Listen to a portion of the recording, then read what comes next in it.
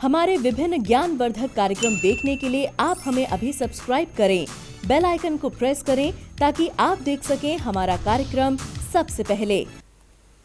नमस्कार, ज्योतिष ज्ञान में दर्शकों आप सभी का हम हार्दिक स्वागत करते हैं। आइए आज जन्म पत्रिका के एक गूढ़ रहस्य की हम आपसे चर्चा करते हैं। किसी भी जातक की जन्म पत्रिका का अष्टम भाव यानी कि 8वां घर उसकी आयु का होता है। और जीवन में दर्शकों यदि आयु है तो जीवन की सभी चीज़ें हमें मिल सकती हैं और जीवन की बहुत सारी संभावनाएं हम संजो सकते हैं। अब इसमें कोई शक नहीं है, यदि हमारे पास आयु ही नहीं है, यदि हमारे पास जीवन ही नहीं है तो हम जीवन में क्या कर सकते हैं? हम जीवन में ऐसा कुछ खास नहीं कर सकते। आयु छिन गई तो हमारा धन बेकार है, आयु छिन गई तो हमारे जीवन की जो आकांक्षाएं हैं, हमारे जीवन की जो स्वप्न हैं, जो हम सहेज करके रखते हैं, उनके ऊपर पानी फिर जाता है। हर व्यक्ति अपने जीवन को बड़े आनंदित तरीके से जीना चाहता है। हर व्यक्ति अपने जीवन में शुभ मंगल कामनाएं चाहता है।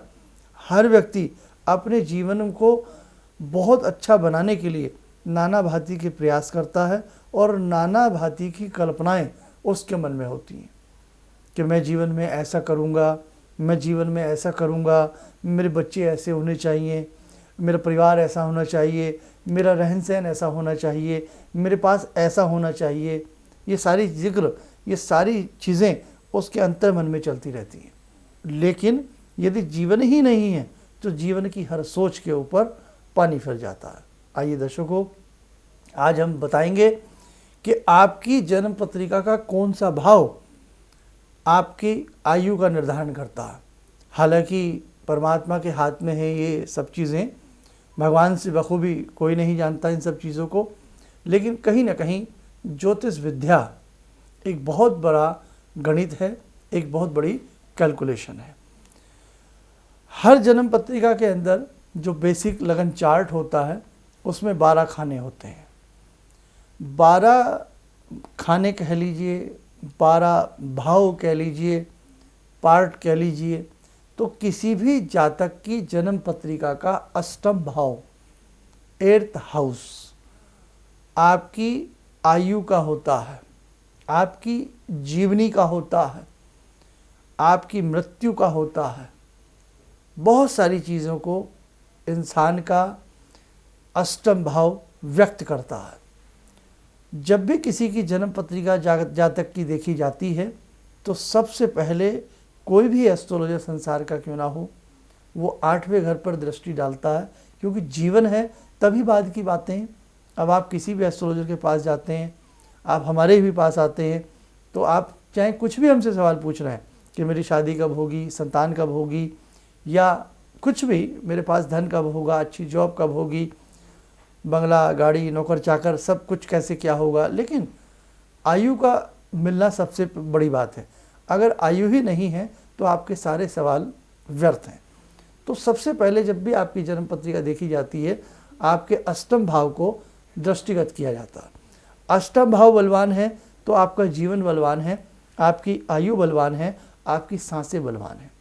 हालांकि हठ शास्त्र और योग शास्त्र के माध्यम से लोग अपनी प्राणायाम आदि के माध्यम से लोग अपनी आयु को बहुत लंबा बना लेते हैं, एक वो योग का विषय है। लेकिन एक अगर सब्जेक्ट की हम बात करें तो अष्टम भाव आपके बारे में बहुत कुछ कहता है। दूसरी बात, अष्टम भाव से ही संन्यास पैदा होता है। बहुत व्यक्ति हैं जो संन्यास ले लेते हैं।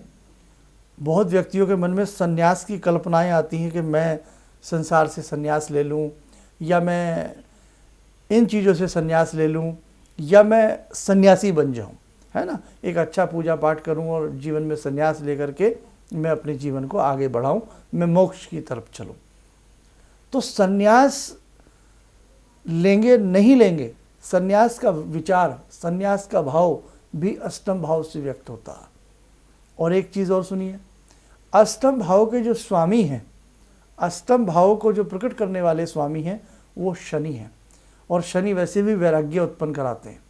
शनि स्वयं एक बहुत बड़े साधक हैं, एक बहुत बड़े शनि तपस्वी हैं, हालांकि सूर्य के पुत्र हैं और बनती नहीं है दोनों की आपस में, लेकिन वो एक योग है, वो एक गणित है। लेकिन अगर हम अकेले शनि की बात करें तो शनि एक बहुत बड़े साधु हैं, बहुत बड़े तपस्वी हैं और एक बहुत बड़े न्याय के देवता हैं। शनि अपने पे आते हैं तो जीवन को मालामाल कर देते हैं, और शनि की दृष्टि यदि अपने पे आती है तो लंका को भी कोयला बना देती हैं। आपने रामायण में देखा ही होगा सारी चीज़ें।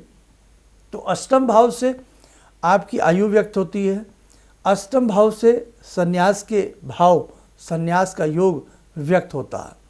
अष्टम भाव से गड़ा धन, बहुत लोग गड़े धन के पीछे चले जाते हैं कि हमें क्या ज़मीन में गड़ा हुआ धन मिलेगा नहीं मिलेगा, बहुत सारी चीज़ें ऐसी होती हैं। अष्टम भाव से गुप्त खजाना, अष्टम भाव से गड़ा धन, अष्टम भाव से पूर्व जन्म के योग, अष्टम भाव से पूर्व जन्म के रोग, ये सारी चीज़ें पता लगती हैं।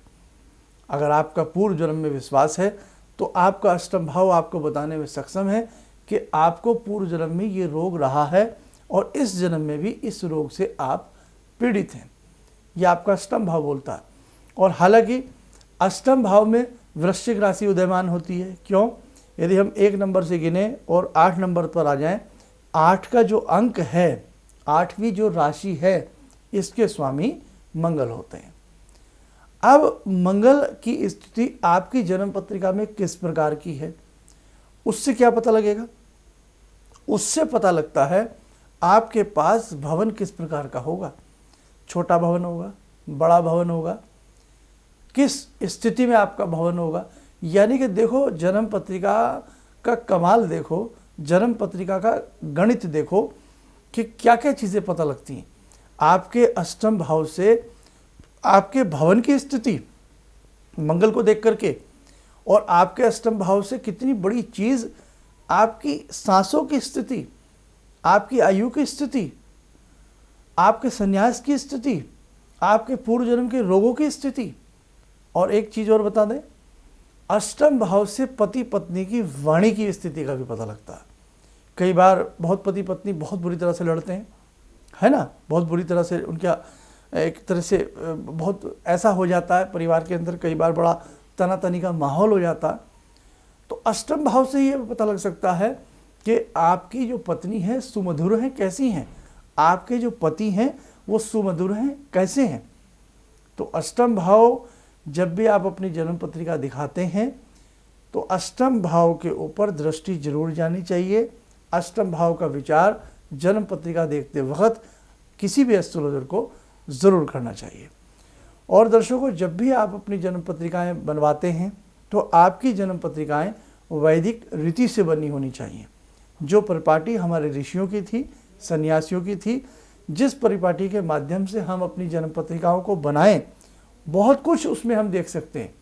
जीवन की बहुत सारी चीज़ें उसमें छिपी हैं। अब कितने आपकी जन्म पत्रिका में, किसी भी हॉरोस्कोप में कितने पार्ट होते हैं?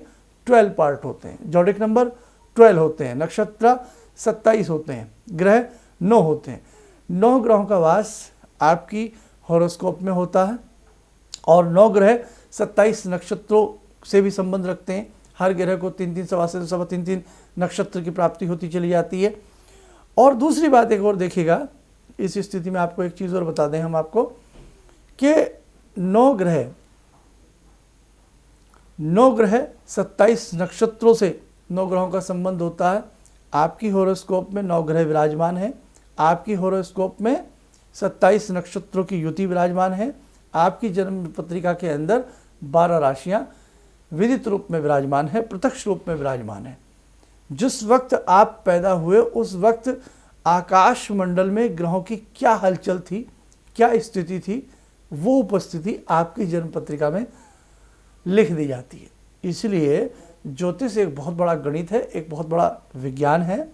आप जब भी अपनी जन्म पत्रिकाएं बनवाएं तो इसको वैदिक रीति से ही बनवाएं।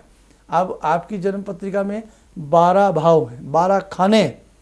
ये तो मैंने अभी आपको अष्टम भाव की बात बताई है मोटी मोटी।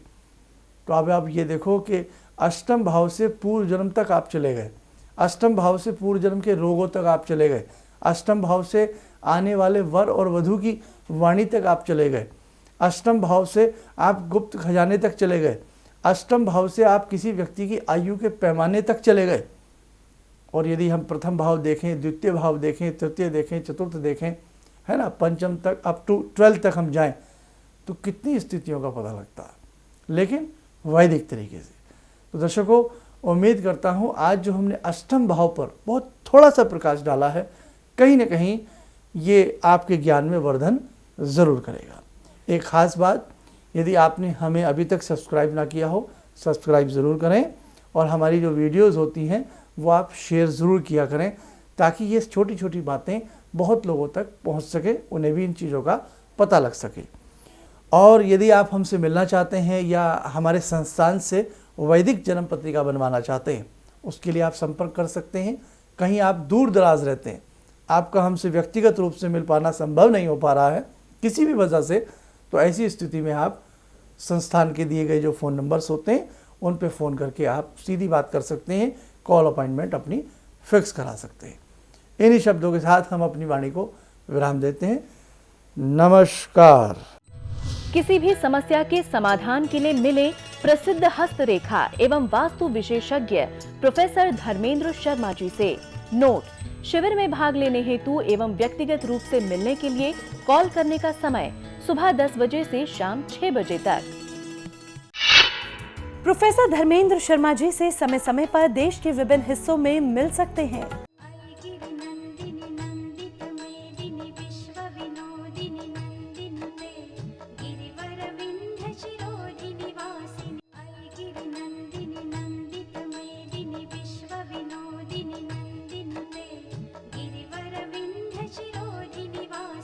अन्य दिनों में शर्मा जी अधिकतर दिल्ली में रहते हैं।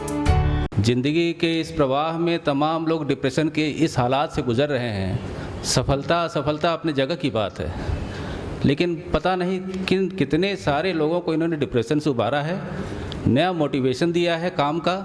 इनका जो एक अनुभव था कि एक मेरी बातें इनसे लगातार कभी कभार हो जाया करती हैं।